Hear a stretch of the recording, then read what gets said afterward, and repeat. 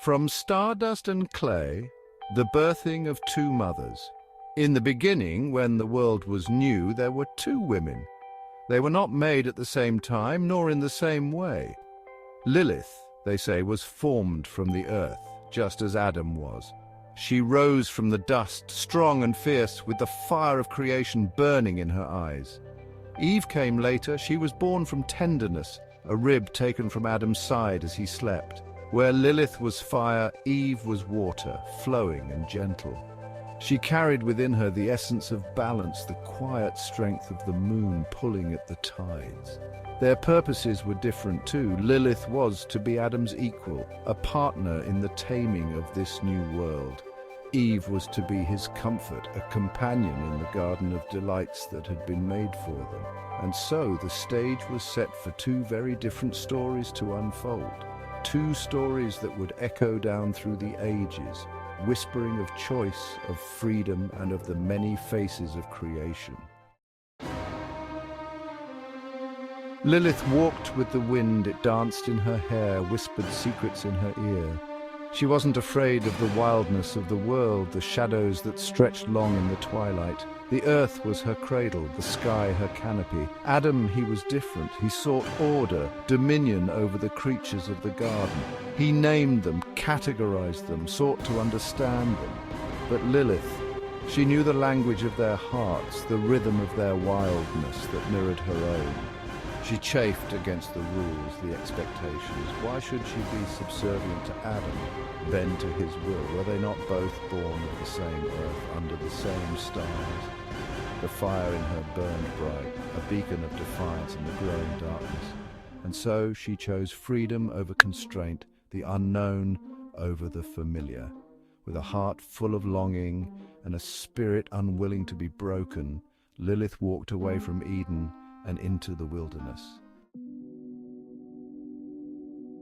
Eve was born of gentleness. She first opened her eyes to the scent of jasmine and the sound of birdsong. The world shimmered with newness, a tapestry of color and light. She moved through the garden with a quiet grace, her touch bringing solace and peace.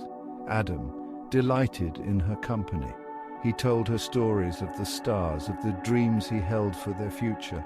She listened with her heart, her eyes reflecting the love that blossomed between them. Where Lilith was a storm, Eve was a gentle rain, nourishing the seeds of their love. She found joy in tending to the garden, nurturing the plants, coaxing beauty from the earth.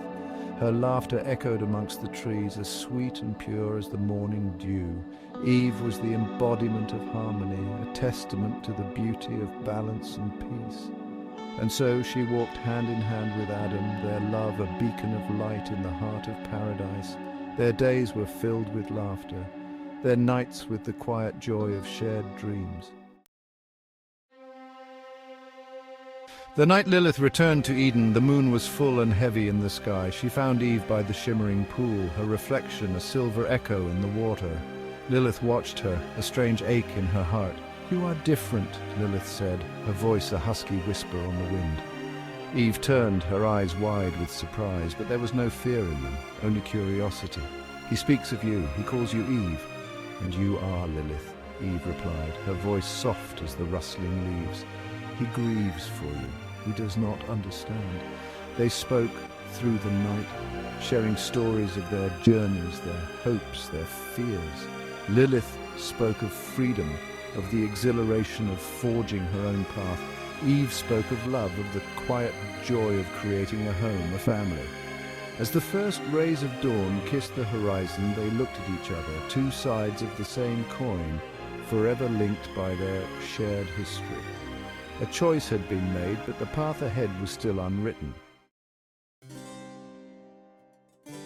Lilith left before the sun rose, her silhouette a fleeting shadow against the dawning sky.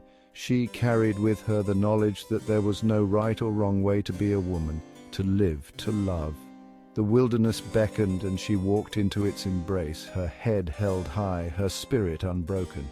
Eve watched her go, a bittersweet ache in her heart. She understood now that there were many paths through the garden of life, each one valid, each one leading to its own unique destination.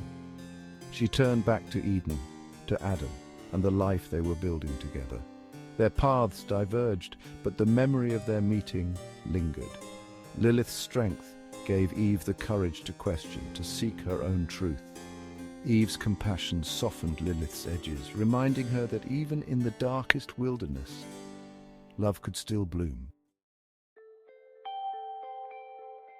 The stories of Lilith and Eve continued long after they left the garden. They became whispers on the wind, legends whispered around campfires, cautionary tales and songs of hope. Lilith became a symbol of rebellion, of female empowerment, a reminder that women were not meant to be subservient but to stand as equals, to embrace their own power. Eve, she became the embodiment of motherhood, of nurturing, of the enduring strength of love. She reminded the world that compassion and forgiveness were powerful forces capable of healing even the deepest wounds. And so the stories of Lilith and Eve have been passed down through generations, reminding us that there is no one way to be a woman.